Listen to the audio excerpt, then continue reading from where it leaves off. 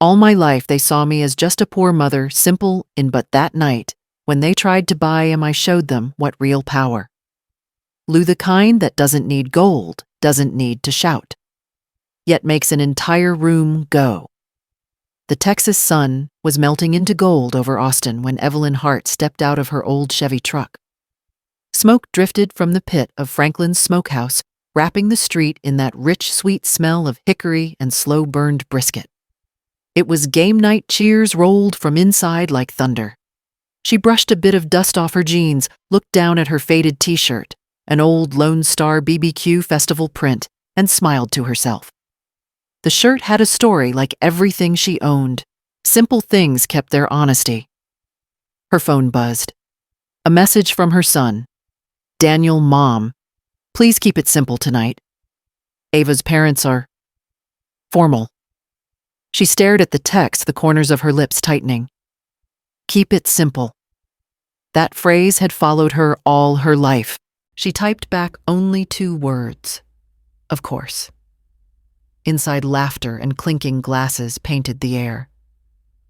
Evelyn took a deep breath, letting the sound roll through her chest. She knew what weighted judgment dressed as politeness. She'd seen it in boardrooms and dinner tables alike. The doorman eyed her worn tote bag and half smiled, opening the door. Heat noise and the scent of pepper rub hit her all at once. Families filled the long oak tables, but in the corner near the window sat Daniel, nervous suited, trying too hard, and beside him, Ava and her parents, perfectly polished like porcelain statues. Evelyn's heartbeat stayed steady. She'd faced tougher rooms than this courtroom's board meetings and men who underestimated her worth. Tonight would be no different. She adjusted the strap of her bag and walked toward them through the smoky light, her boots tapping softly on the wooden floor like the opening beat of a slow Texas drum. The moment Evelyn crossed the threshold, the warmth of the pit faded into a different kind of heat, the kind that comes from being watched. Daniel spotted her first. His relief was quick but nervous, the kind of smile a man gives before a storm. He stood halfway up, half hugged her, then whispered, "You look nice, Mom," like he was trying to convince himself. At the table sat Ava Whitfield, her dark hair cut in perfect lines, her cream blazer spotless. Across from her, Mr. Whitfield, tall, silver-haired posture, military straight. Beside him, Mrs. Whitfield, diamonds glinting under the restaurant's amber lights, her perfume thick enough to command its own space. Mother Ava said coolly, her voice trained, distant, "It's good to see you. Lovely to meet you, Mrs. Hart, Mr. Whitfield," added, shaking her hand with a grip that ended too soon. No one stood to pull her chair. No one asked if she wanted water. Evelyn smiled anyway, the small, knowing kind that could outlast condescension. She eased into her seat at the end of the table right beside the aisle where the servers brushed past. "Beautiful place," she said softly. Mrs. Whitfield tilted her head, studying Evelyn's plain tote bag resting by her feet. "Yes, well, we prefer somewhere refined. My husband doesn't usually eat in barbecue places." The words landed like splinters. Daniel's fork paused midair. Evelyn only nodded. "Then tonight must be special," she said. Mrs. Whitfield forced a polite smile. "It is. Family deserves the best, doesn't it?" Evelyn met her eyes, calm, sharp, unreadable. "Yes," she replied, "and the best isn't always what's on the plate." The air between them went still heavy as the smoke from the pit outside. The waiter handed out the heavy menu's dark leather embossed in gold.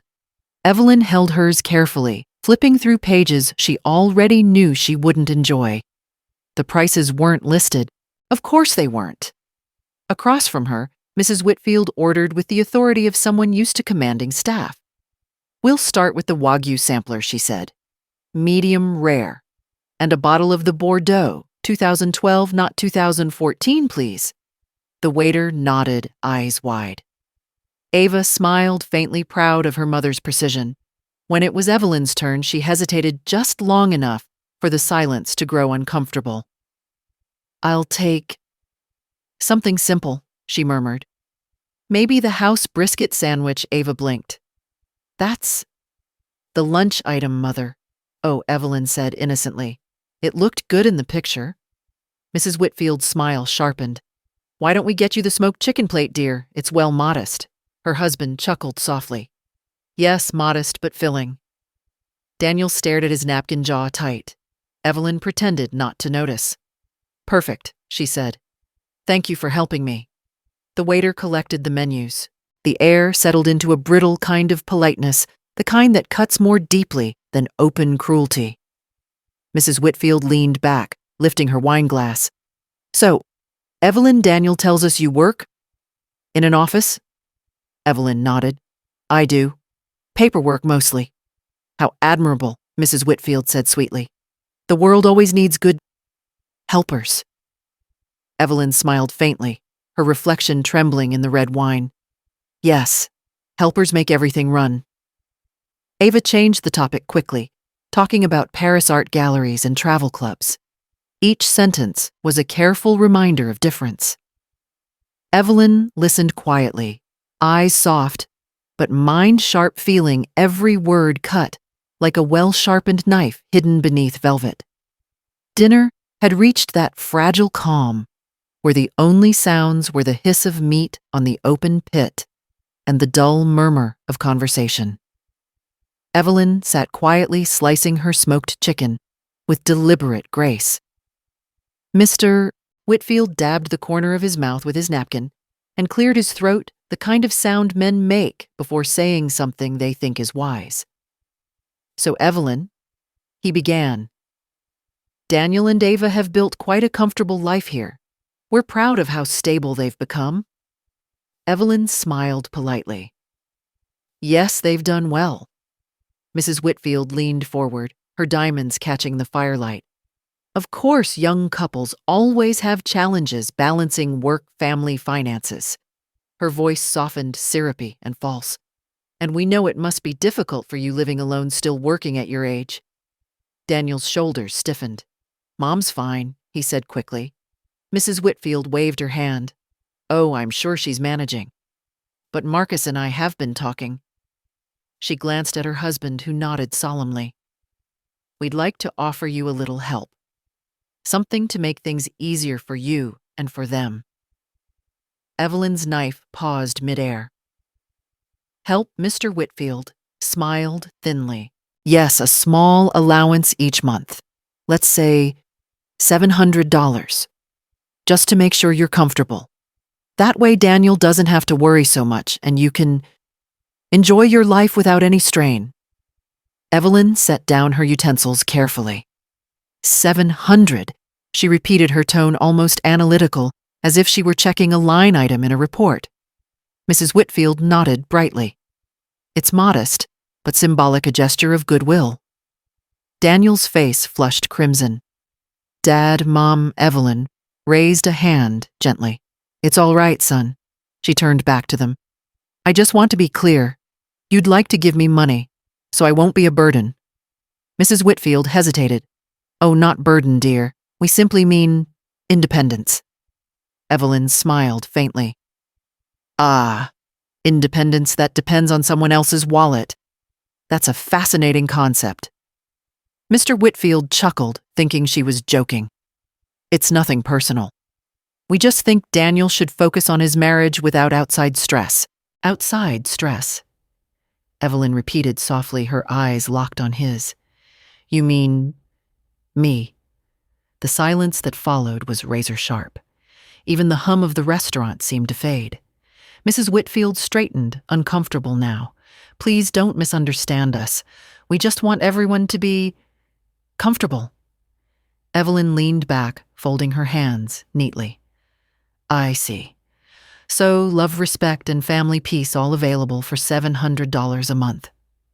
Daniel looked between them, speechless. Evelyn's tone remained calm, almost too calm. You know, I've sat in many meetings where people tried to buy silence or loyalty or comfort. The numbers change, but the principle is always the same.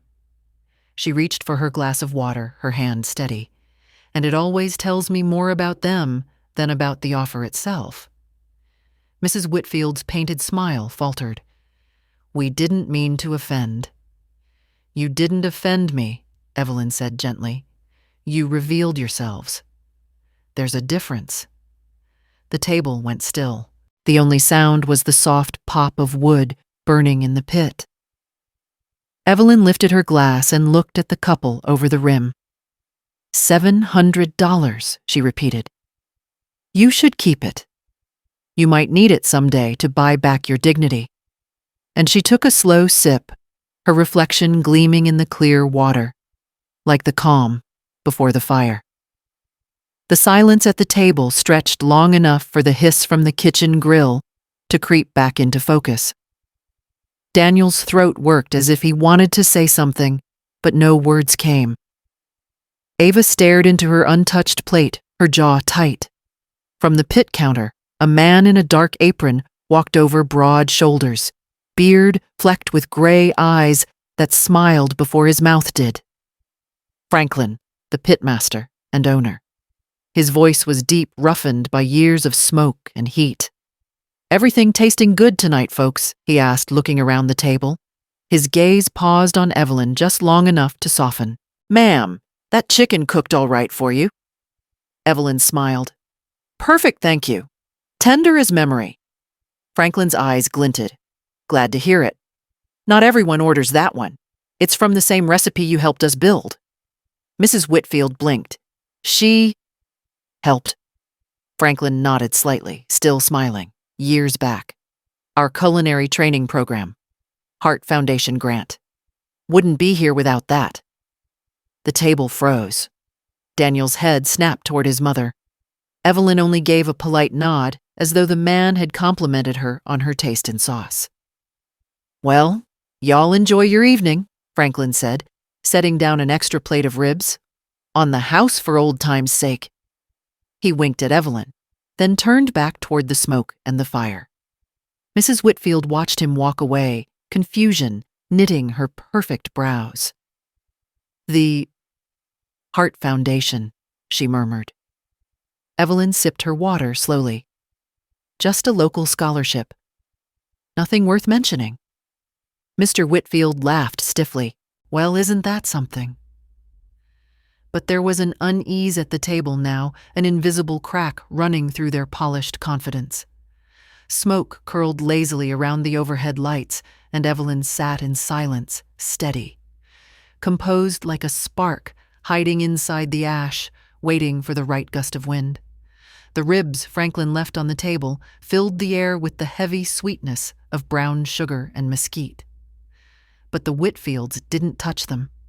Their forks hovered above the imported steak in tiny portions plated like artwork proof that money could make even hunger pretentious. Mrs. Whitfield dabbed at her mouth with her linen napkin and smiled the way one does when delivering a lecture disguised as small talk. You know she began travel really teaches you class. We spent the summer in Italy. Our villa overlooks Lake Como. Exquisite views. You'd love it, Evelyn. Evelyn sliced a rib carefully, the sauce glistening under the light. I imagine I would, she said softly. And France? Mr. Whitfield added, swirling his wine. Best vineyards in the world. Of course, once you've had Bordeaux straight from the barrel, it's hard to drink anything local again. Mrs. Whitfield laughed lightly. Oh, yes. Quality always has a price. Evelyn looked up at them, eyes calm but glinting. So it does. But not everything expensive is quality. And not everything humble is cheap. The couple exchanged a look, uncertain if it was wisdom or insolence. Ava changed the topic quickly. Mother, Father, Daniel, and I might take a small trip soon. Maybe Aspen. Just a quick getaway. How wonderful, Mrs. Whitfield said. You deserve it. After all, you both work so hard. She turned back to Evelyn. And you still work, dear. At your age, that must be exhausting. Evelyn nodded once. It keeps me alive. Mr. Whitfield chuckled. Well, that's the spirit. Though I suppose retirement would be nice if one could afford it. Evelyn's knife clinked softly against her plate. Affordability is a matter of perspective. Some people are poor because they have too little. Others are poor because they always need more. Mrs. Whitfield tilted her head. How philosophical. The waiter poured fresh wine. Mr. Whitfield lifted his glass, swirling again. You know, Daniel, it's good you married into a family that values stability. Ava grew up around success. It shapes the mind differently. Evelyn caught that line, married into success. A faint smile ghosted across her face. Yes, she said. Environment does shape the mind. It teaches you what lasts and what burns away. The ribs on her plate smoked gently, tendrils of gray curling toward the chandelier. Daniel's hands stayed folded tight enough to whiten his knuckles. Mrs. Whitfield sighed dreamily. I hope one day, Evelyn, you'll visit Europe. It's life-changing to see how people of true refinement live. Evelyn's tone didn't waver. Maybe, but I've also seen people of true heart who live with far less and somehow they sleep better. The older woman's smile faltered, the edges cracking. The waiter returned, clearing plates. Evelyn pushed hers forward politely, thanking him by name. He looked startled, then nodded grateful to be acknowledged. Mr. Whitfield watched the exchange, a flicker of discomfort in his eyes. He raised his wine again, as if the right vintage could erase the wrong feeling. Evelyn sat back silent, the faint hum of country guitar filling the space. Around her, conversation continued, polite, shallow, empty. And while they talked about money and travel and fine wines, she thought about the men and women whose lives her foundation had changed, people who spoke less, but meant every word. Franklin passed by again, checking on the pit. The air shimmered with heat. Smoke curled through shafts of amber light. Evelyn watched him press a toothpick into a slab of brisket, then lift it gently, testing tenderness the way a craftsman checks his own heartbeat. Perfect pull, she said softly. The pitmaster turned, surprised. You know that term. Evelyn smiled. I learned it from an old friend who used to compete in barbecue contests. He said when the toothpick slides in like butter, the meat's ready not a minute sooner. Franklin grinned. Well, ma'am, that's about right. Mr. Whitfield snorted. So you've dabbled in culinary arts? Evelyn shrugged. A little. I've always believed food tells you what kind of person cooked it. Mrs. Whitfield raised a brow. And what does this food say to you? Evelyn met her eyes. It says someone cared about doing things the right way, even when no one's watching. Franklin's grin widened. Now that's a compliment. Mrs. Whitfield laughed lightly, though her tone cut sharp. Well, I wouldn't know. We usually let chefs handle that sort of manual work. Franklin wiped his hands on his apron, turning toward her. Ma'am, this kind of work built this country.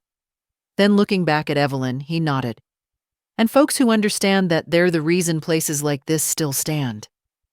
Evelyn inclined her head. Good food, good people, good ground.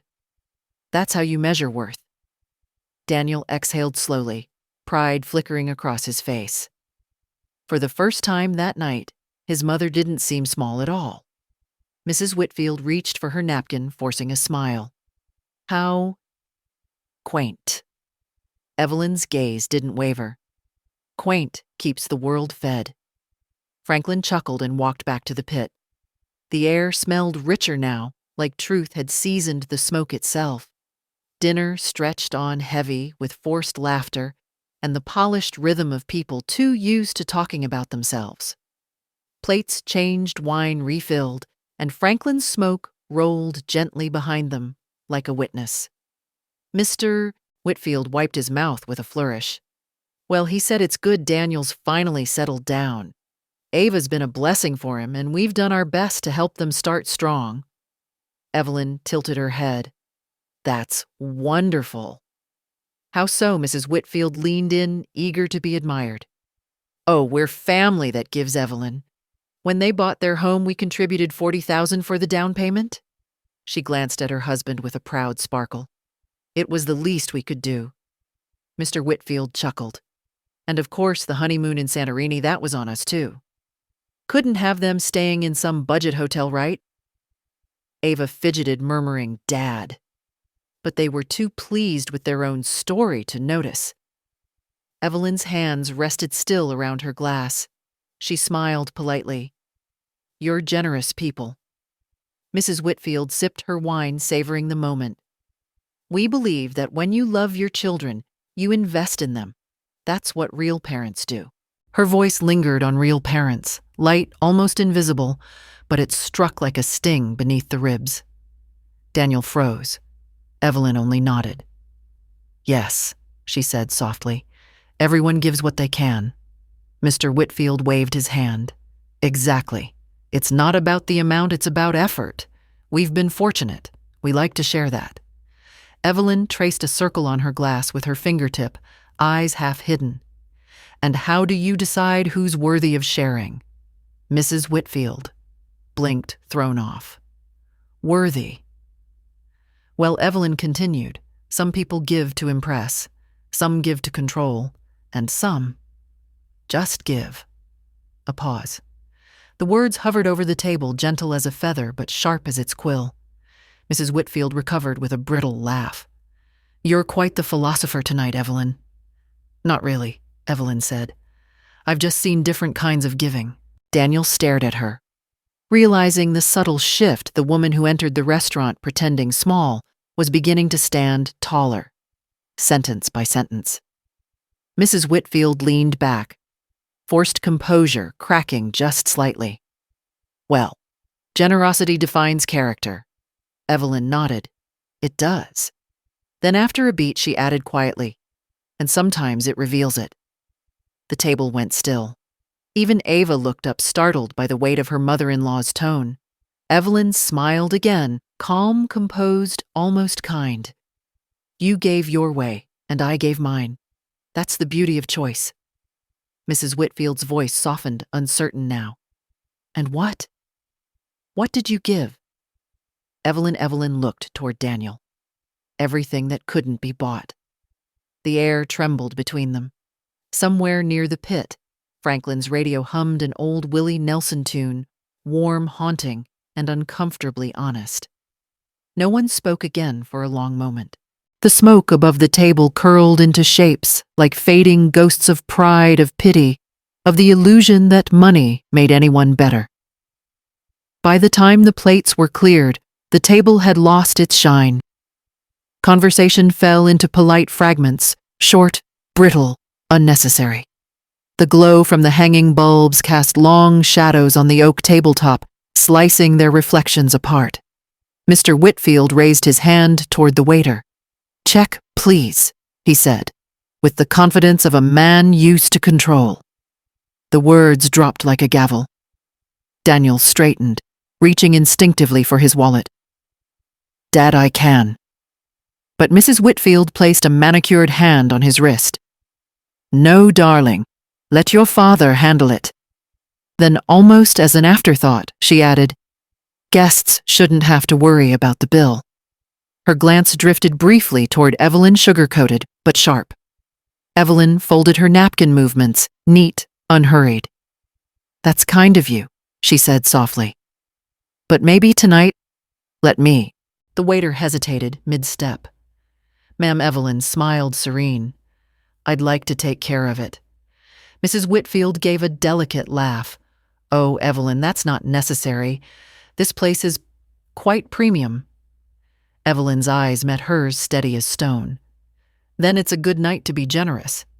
Daniel shifted, sensing a change in the air. "Mom, it's fine, really." But Evelyn only shook her head. "No, sweetheart. Some dinners should end on the right terms." The waiter glanced between them, uncertain whom to obey. Mr. Whitfield gave a dismissive wave. "Bring it here. We'll settle." "Yes, sir," the waiter said, disappearing toward the register. Evelyn sat back, watching the slow dance of smoke drifting through the light. A faint smile curved her lips, the kind that knew something no one else did. Outside, the neon sign of Franklin's smokehouse flickered once, twice, like a heartbeat counting down to revelation. The waiter returned, carrying the leather billfold with both hands as though it contained a secret. He stopped beside Mr. Whitfield, lowering his voice. "Sir, there seems to be a note on your tab." Mr. Whitfield frowned. "A note?" "Yes, sir," the waiter said, clearing his throat. "This table's bill was already paid." A flicker of confusion crossed his face. Already paid by who? The waiter opened the folder and turned it toward him. A small, printed slip was clipped to the receipt. He read it aloud, uncertain. Paid in full Heart Foundation corporate account. Settled last Saturday. For a moment, nobody moved. The air stilled as if the smoke itself froze mid-curl. Mrs. Whitfield blinked, then gave a short, polite laugh. "There must be some mistake. We just sat down an hour ago." The waiter shook his head. "No mistake, ma'am. The reservation was made under Daniel Hart correct. The system shows this table prepaid a week ago. The payment cleared immediately." Daniel's brow furrowed. "I didn't prepay anything." He looked toward Evelyn, who was quietly folding her napkin again, perfectly calm. Mrs. Whitfield's voice sharpened. "Are you saying we owe nothing?" "That's correct," the waiter said, almost apologetically. Franklin himself emerged from the pit, wiping his hands on his apron. "Everything all right here?" The waiter nodded quickly. "Just a little confusion, sir. Says it was paid by the Hart Foundation." Franklin's eyes flicked toward Evelyn. A small, knowing grin tugged at his beard. No confusion there. He looked at the Whitfields. "That's my favorite sponsor right there. Wouldn't be a Franklin smokehouse without her." Silence fell like thunder in reverse. No noise, just pressure. Mrs. Whitfield blinked twice, as if reality had been rewritten, mid-sentence. Sponsor Franklin nodded proudly. "Ms. Hart here funds our culinary training program every year. Paid for new smokers' scholarships for the kids we train in the kitchen. Half the staff in this building came up through her grant." Daniel's mouth parted slightly. Mom Evelyn didn't look at him. She turned to Franklin, her tone gentle. "You didn't have to mention that." "Maybe not," he said, "but I like giving credit where it's due." He tipped his hat. "Dinner's on the house anyway, ma'am. Paid in spirit long before tonight." He left them with the faint smell of mesquite and respect. Mrs. Whitfield's diamond-clad fingers trembled against her wineglass. I had no idea." Evelyn smiled serene. "That makes two of us." Mr. Whitfield leaned back, his confidence cracking. "So you're connected to this place in a way," Evelyn said.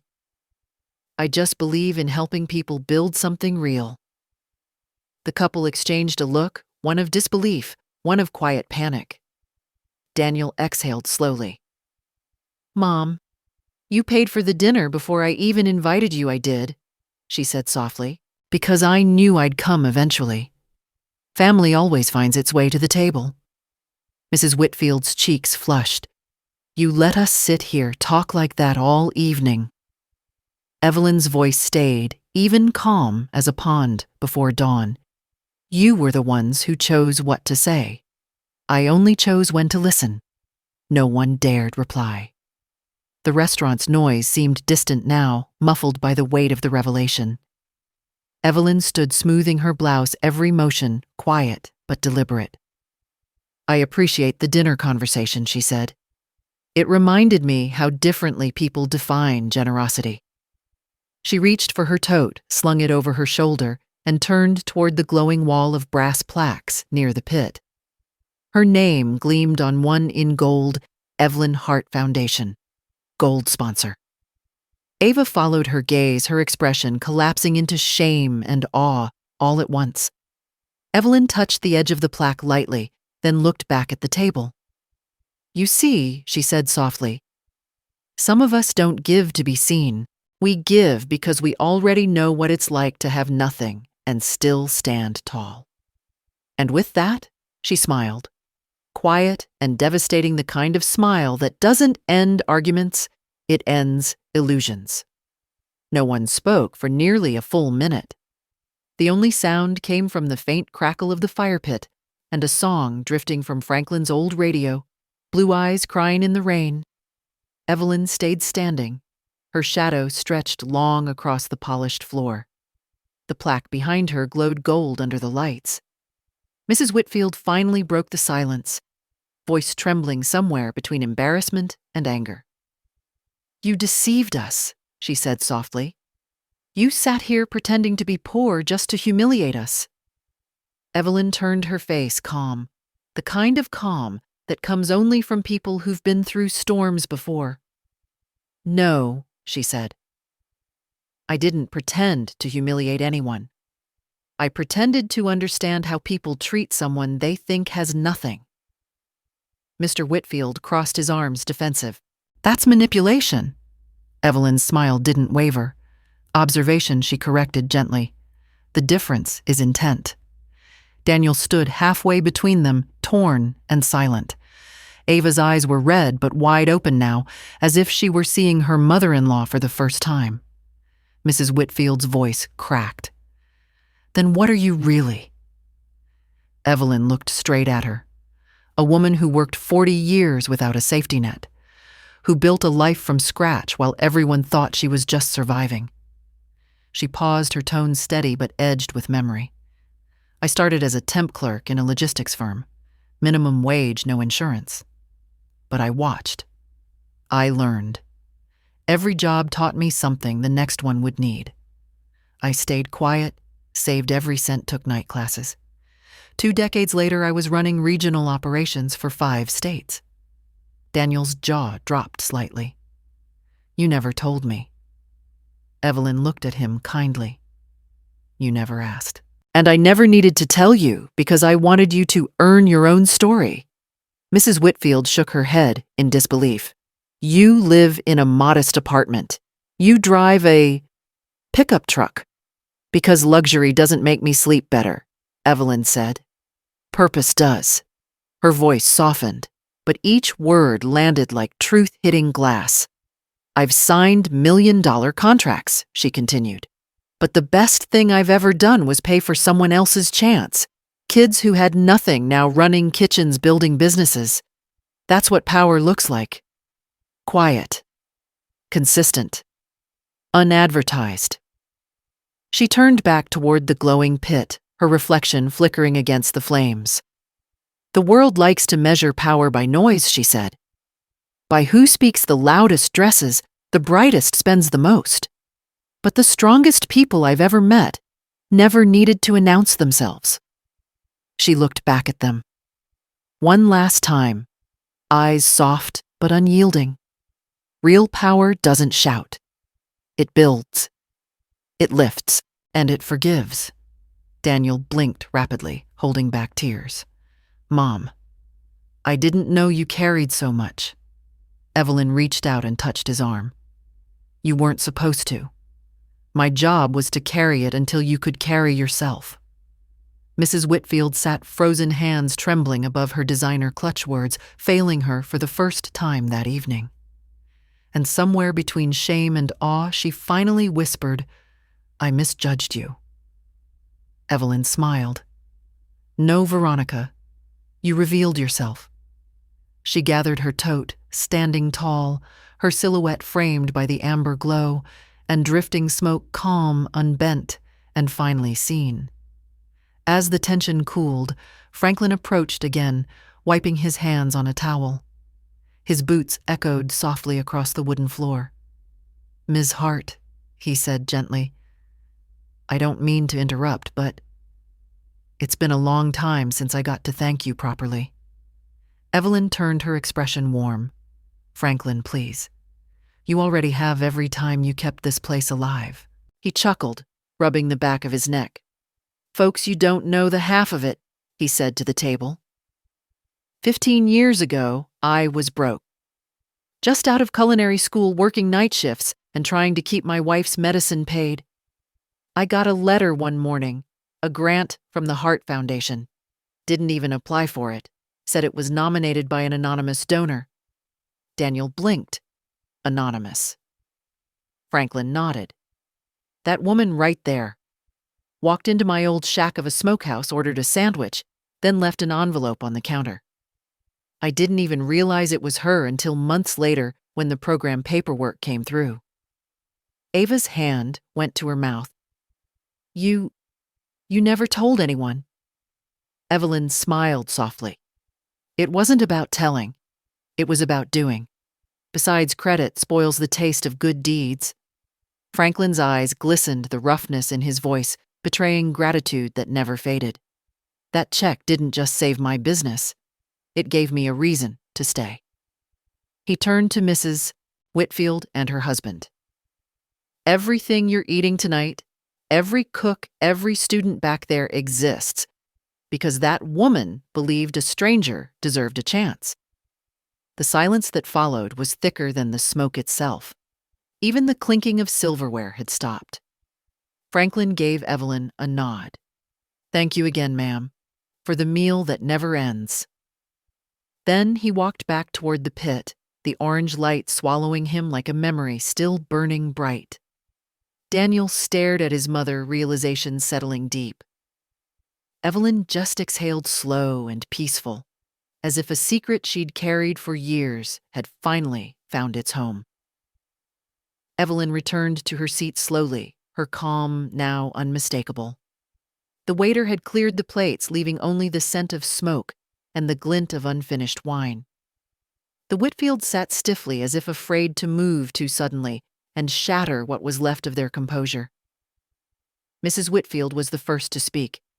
I still don't understand why you do this. Pretend to be less. Evelyn folded her hands on the table. Because I needed to know what mattered more to you, the person, or the price tag attached to her. Mr. Whitfield scoffed quietly. You think that's fair to test people like some kind of social experiment? She met his gaze. I don't test people, Marcus. I simply let them reveal themselves. You offered the world a show tonight. I just gave you the stage. Ava sat frozen, her fork untouched, tears shining at the corners of her eyes.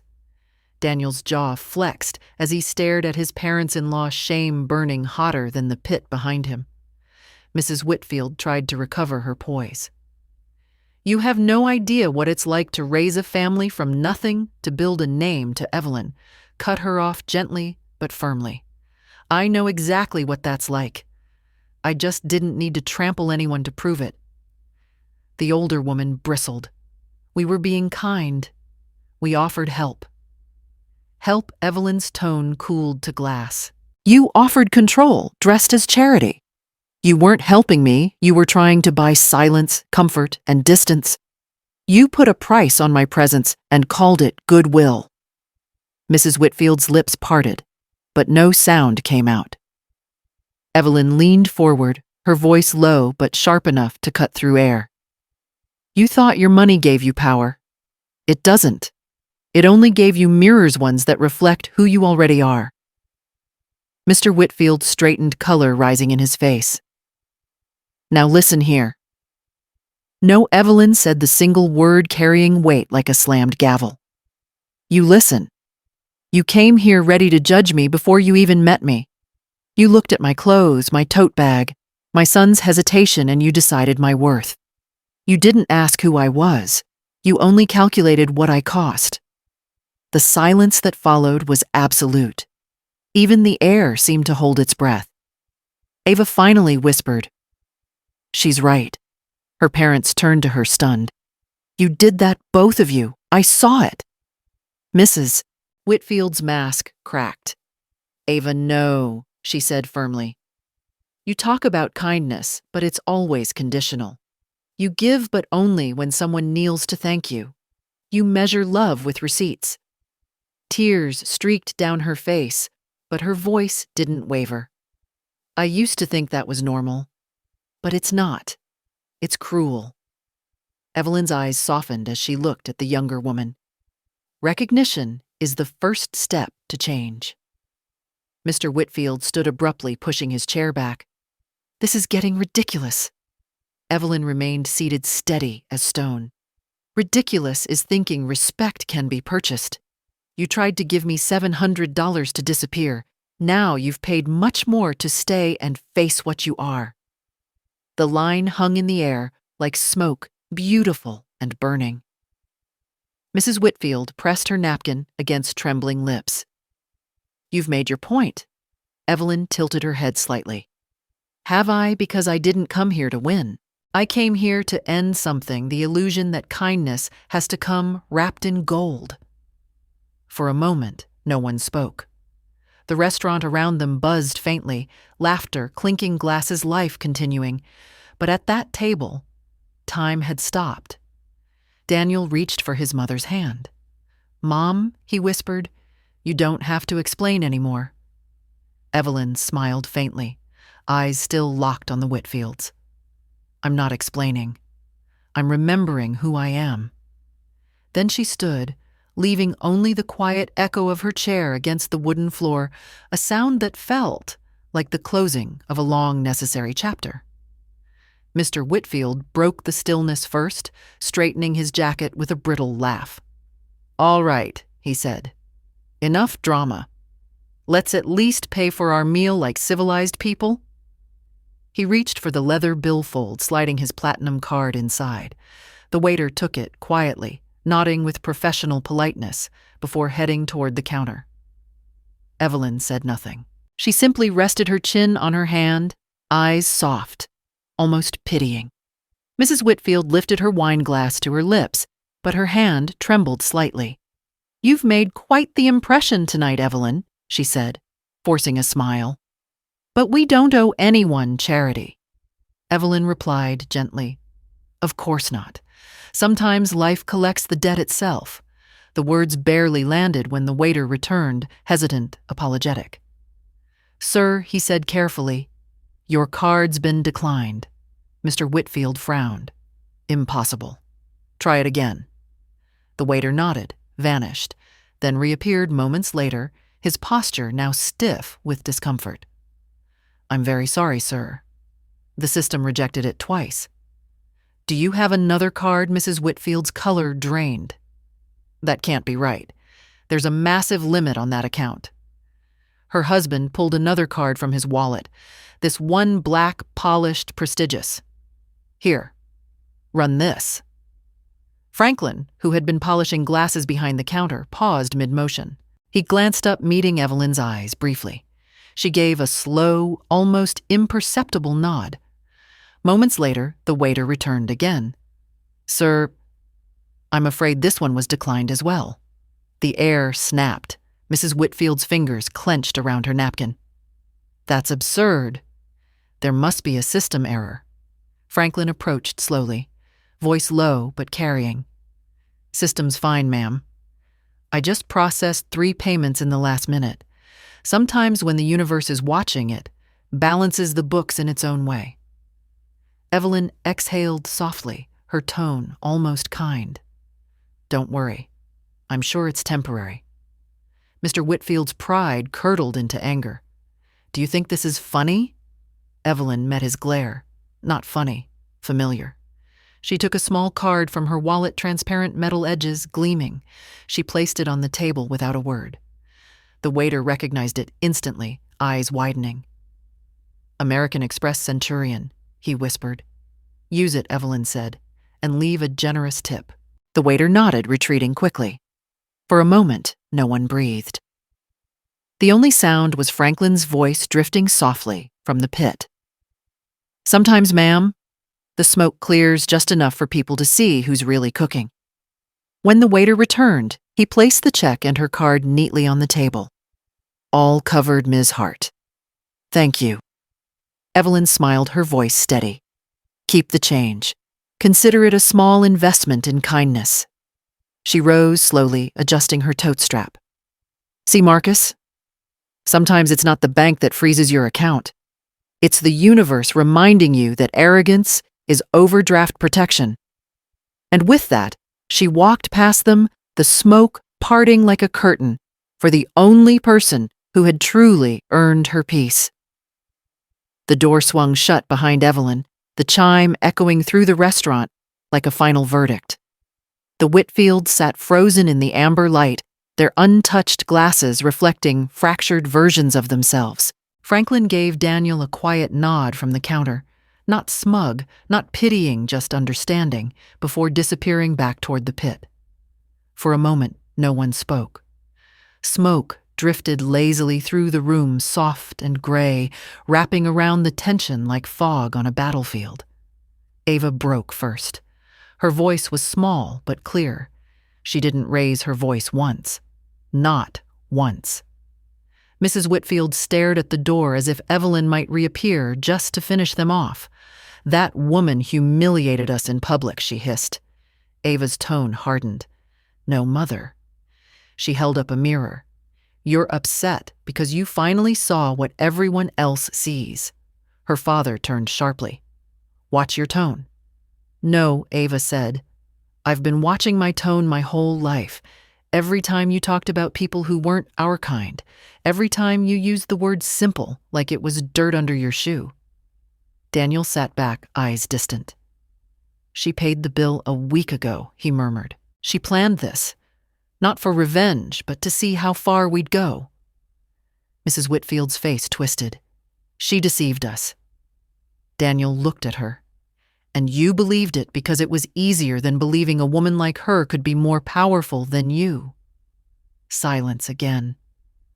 The sound of a meat cleaver struck wood somewhere in the kitchen, steady, rhythmic, merciless.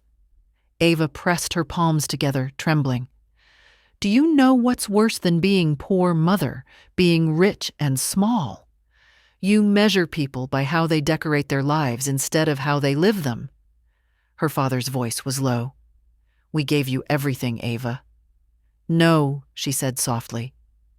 "You bought everything. And now I understand the difference." Daniel reached for her hand. "She's right," he said quietly.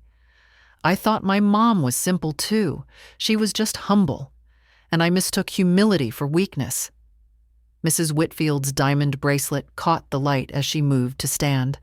Her voice cracked, not with anger now, but disbelief. "All these years we worked to make sure our daughter had the best." Ava rose too. "Then maybe it's time I learn what the best really means." She turned to Daniel. "Can we go? Please." He nodded, signaling the waiter for their coats. As they walked toward the exit, Mrs. Whitfield's voice followed them, faint and uneven.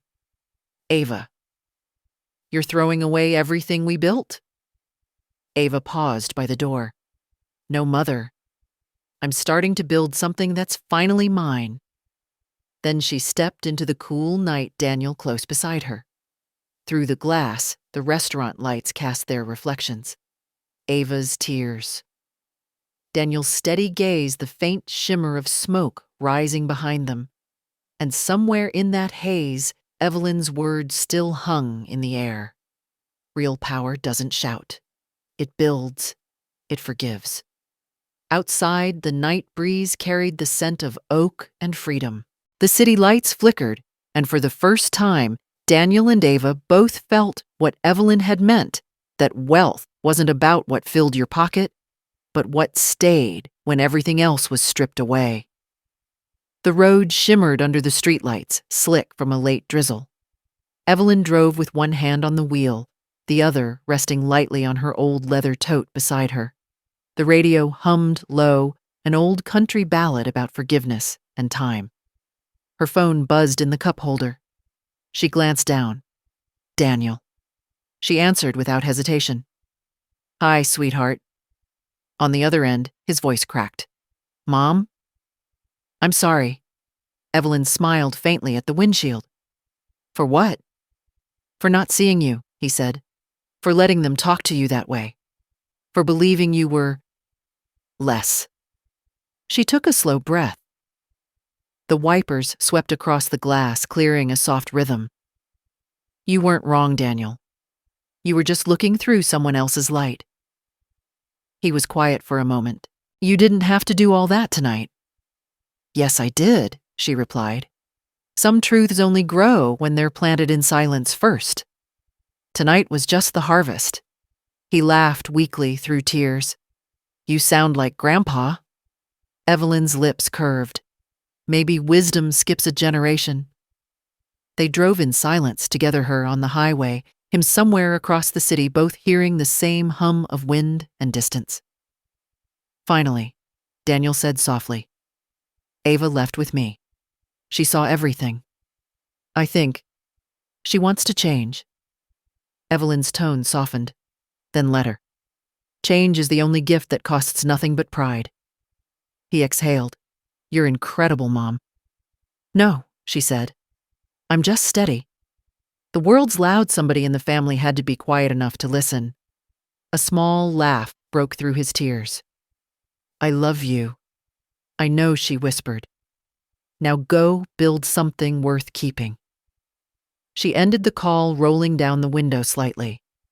The night air brushed her face, cool, forgiving free. Somewhere between the hum of tires and the taste of rain, Evelyn Hart finally smiled, not because she'd won, but because she'd taught love to see with its own eyes.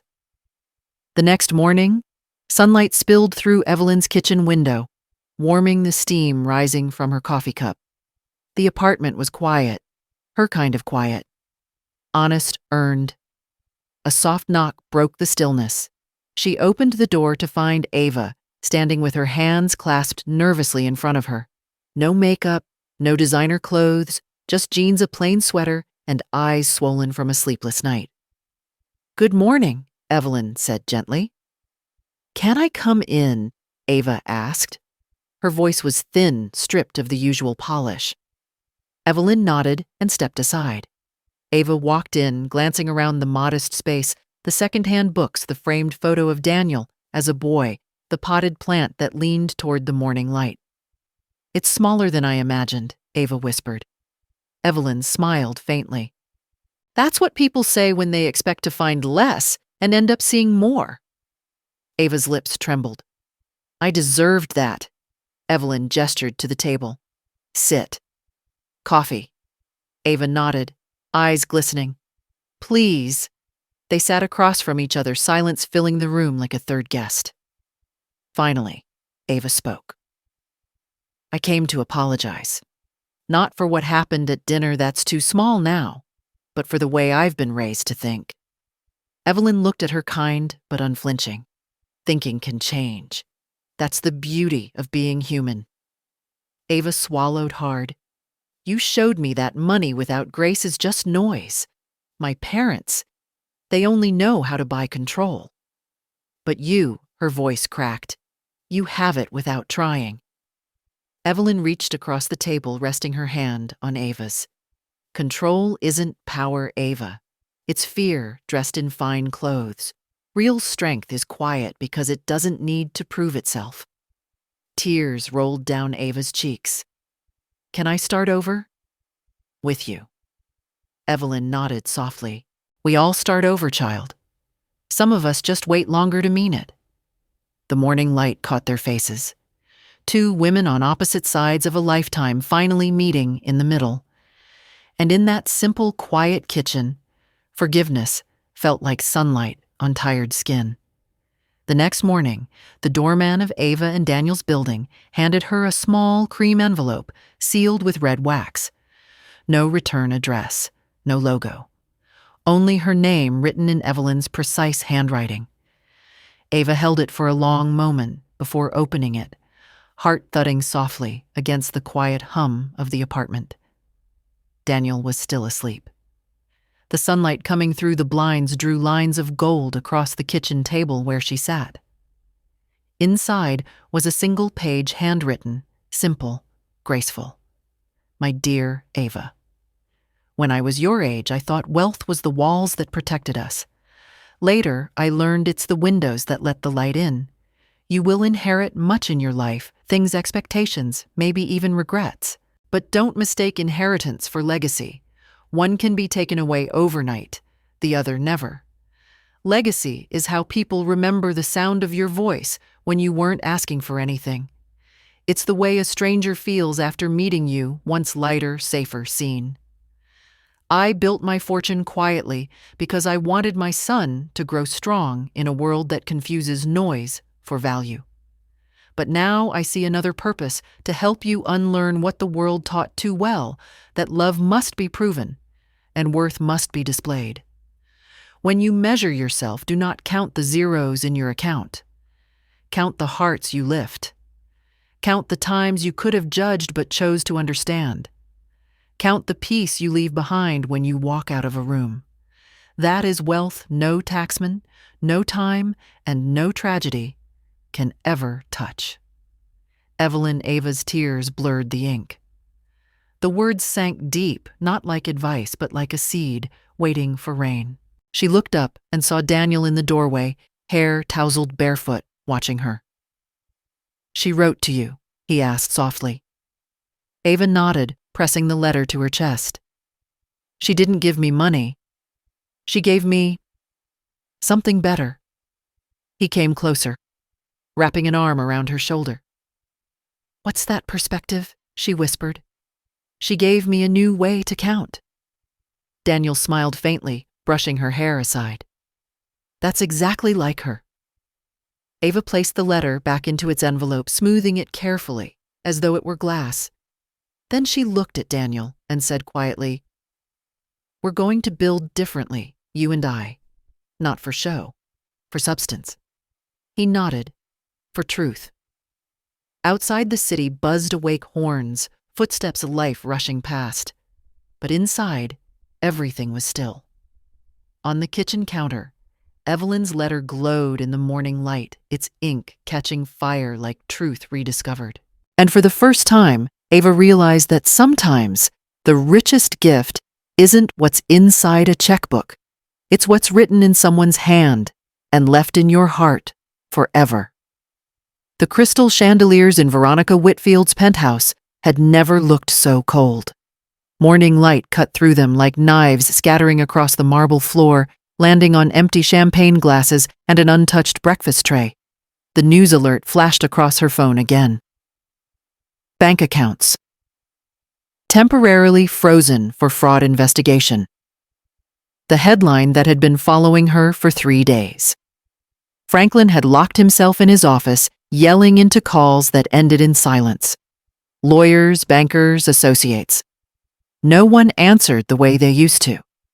Veronica sat alone in the vast dining room, surrounded by everything she once thought made her invincible. Italian furniture, imported silk, a skyline view. All of it suddenly meaningless. She poured herself coffee, but her hands shook so hard the cup clattered against the saucer. The sound filled the emptiness like a reminder that even porcelain can crack. Her reflection in the window looked like a ghost, perfect hair, flawless makeup, eyes hollow. "How did I end up here?" she whispered. The housekeeper passed quietly behind her folding linens without a word. There was no pity in her eyes, only distance. Veronica had never learned her name. On the table lay a small envelope. No handwriting, no return address. Just one word on the front. Veronica. She hesitated before opening it. Inside was a short note typed in clean black ink. "There's still time to learn the difference between reputation and respect. E.H." Veronica's throat tightened. She set the paper down and gripped the edge of the table as tears threatened to ruin the mascara she'd carefully applied out of habit more than pride. "Respect," she muttered bitterly. I had respect. But the word tasted false, even to her own ears. What she had was fear disguised as admiration. People didn't respect her. They performed around her. She thought of Evelyn's calm, unshakable composure that night at the restaurant. No raised voice, no cruelty, just truth. And it had been enough to strip away a lifetime of armor. She rose and walked toward the living room where her grand piano gleamed under the morning sun. She sat at it, pressing one key softly. The note rang, pure, fading quickly. Her voice was low, trembling. "You win, Evelyn." Then she shook her head. "No, you never played to win." The thought hit harder than any insult ever could. For the first time in her life, Veronica understood what Evelyn meant, that power without peace was poverty of the soul. She leaned forward, resting her forehead on the piano lid. Tears falling freely now. Down below, the city kept moving cars. Horns, laughter. Life had already forgotten her name. But in that quiet room high above it all, Veronica finally remembered what humility sounded like. It was one note, soft and real, fading into the kind of silence that only comes after truth. 3 weeks later, Franklin's smokehouse smelled like forgiveness. The same oak wood smoldered in the pit, but the air felt lighter now, sweeter, as if the smoke itself remembered the night it turned from witness to judge. Evelyn sat by the window table, her table sipping black coffee, while the late afternoon sun slid across the glass. She looked content, unguarded, dressed in her simple navy blouse and worn gold earrings. The bell above the door chimed. Daniel walked in, first holding it open for Ava. Evelyn looked up and smiled, the kind that came from somewhere deep, not surprise, just recognition of peace arriving on time. Ava was different. Gone was the Polish, the tension, the invisible armor she once wore. She carried a tote bag of books instead of a designer clutch. Her hair was tied back loosely, her eyes softer, almost humble. Mom Daniel greeted, leaning down to kiss her cheek. "Hi, sweetheart," Evelyn said. Her gaze met Ava's. "And hello, Ava." Ava swallowed hard, emotion tightening her voice. "Hi, Mrs. Hart," Evelyn smiled. "It's Evelyn. I think we've earned first names by now."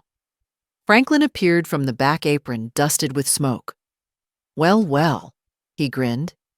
"If it isn't the Hart family reunion, table looks brighter already."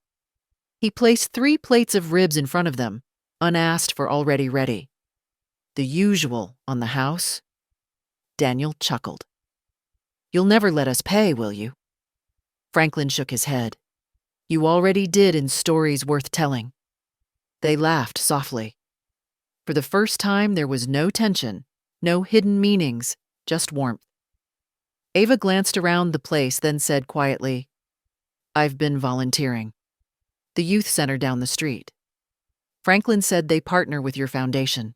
Evelyn's brow lifted slightly. "Do you like it?" Ava nodded. "I love it. For the first time, I feel like I'm doing something that matters." Evelyn's eyes softened. "That's the thing about giving, it's not charity when it fills you too." Ava blinked away, sudden tears. "You were right. Legacy isn't what we keep, it's what we leave behind." Evelyn reached across the table, taking her hand gently. "And what you're leaving already looks beautiful." Franklin returned, wiping his hands. "You feel that smell," he said, gesturing to the drifting smoke. "It's softer today, less sharp." Evelyn smiled. "That's because guilt burns hot. Peace burns slow." The 3 of them sat in silence for a while, eating, smiling, letting time breathe again. Outside, the sun began to dip, painting the restaurant in amber light, the same color as Evelyn's plaque, gleaming quietly on the wall. The Hart Foundation, built on dignity, fed by kindness. Ava turned to Evelyn. "Franklin told me something you once said to him, that food, like people, only becomes tender after it's been through the fire." Evelyn nodded. "Still true." Ava squeezed her hand. "Then thank you for letting me burn a little." They laughed, all 3, the sound soft, healing, real. And as the last light faded, Evelyn looked at them both and thought, some dinners feed the body, others feed the generations. Tonight she had both. That night, Evelyn sat by her apartment window, the city glittering beneath her like spilled jewels. The world outside buzzed horns, laughter, life in motion, but her living room was still. Soft jazz hummed from the old radio, the same station she'd listened to since Daniel was a boy. Her hands cradled a mug of tea, the steam curling like ghosts of all the moments she'd kept silent for too long. She wasn't angry anymore. Not at Veronica. Not at Franklin's judgment that night. Not even at herself for pretending. The truth had done what it always does, burned away the noise and left what mattered. Her phone buzzed on the table. A message. She almost ignored it until she saw the name. Veronica Whitfield. Evelyn hesitated, then opened it. Evelyn. You don't owe me a reply. I just wanted to say, I see now. You were never trying to embarrass us, you were trying to wake us up. I've lost things lately, money, influence, friends. But I think I've gained something else. Respect. For you. For truth. Maybe even for myself. If you ever allow it, I'd like to meet you. Not to apologize with words, but to listen. Evelyn read it twice, her eyes soft but dry. Then she smiled, small, real, forgiving. She typed only 2 words, in time. She placed the phone face down, letting the moment breathe. Outside, a wind swept through the city, rattling the glass. She looked up at the night sky, clear, endless, and utterly free. She whispered softly, maybe that's what wealth really is. Space to breathe without fear. On the shelf behind her sat a framed photo. Daniel as a child on her shoulders, both laughing under a summer sun. Beside it, another Daniel and Ava, smiling in front of Franklin's sign just last week. Evelyn touched the edge of the frame. That's legacy, she murmured. Not what I earned, what I leave standing. She turned off the lamp, letting moonlight flood the room. The shadows softened, turning her apartment into what it had always been. Modest, quiet, honest. And as she watched the skyline flicker, Evelyn Hart felt something she hadn't felt in years. Absolute peace. Not triumph. Not vindication. Just stillness. Because in the end, she didn't win against anyone. She won back herself. How did this story touch you? Tell us in the comments and rate it from 1 to 10. If it moved your heart, please like, share, and subscribe. Tap the so you won't miss our next emotional story. And before you go, click on the end screen to discover more powerful, heartwarming tales waiting just for you. See you in the next story.